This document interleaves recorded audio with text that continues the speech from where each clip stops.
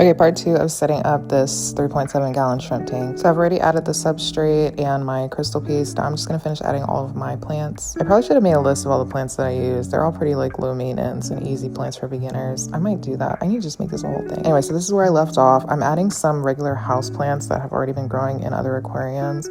The reason why I do this is not just because it's cute, but because they actually eat nitrates, and that will help to keep the maintenance lower. Now I'm ready to set up the filter. So crazy, this filter actually doesn't work. I realized afterwards, but still, let's go over it. This is a sponge that was running on another filter, so it has bacteria already established on it, a lot of gunk. That's the good stuff. It helps to break down any ammonia that's created by your livestock or decaying plant matter or uneaten food into nitrite, which is then converted into nitrate, which is food for the plants. Those little ceramic sphere things that you saw were also in another filter from one of my established aquariums, and those will just help to seed more bacteria for this aquarium to cycle a little faster. I should probably do like a video on what the cycle is if you're new and you actually want to set up an aquarium. Honestly, nobody asked for this, but I love aquariums, so here we are. Anyway, after I added the sponge and the ceramic spheres, I added coarse sponge that's brand new. That's going to be a nice breeding ground for the bacteria that does the nitrifying process. And then I added some filter floss, which is that white fluffy stuff.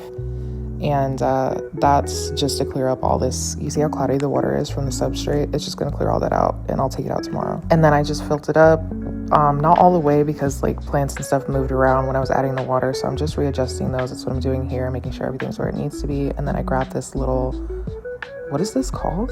Net, sorry. It's early in the morning. I grabbed this net just to kind of get all of the waste, like broken plant material and duckweed and stuff, to get it out of the tank. And this is what it looks like immediately after setting it up. That filter was running on another tank, so it's fully established, and I just threw it on here because the other one broke.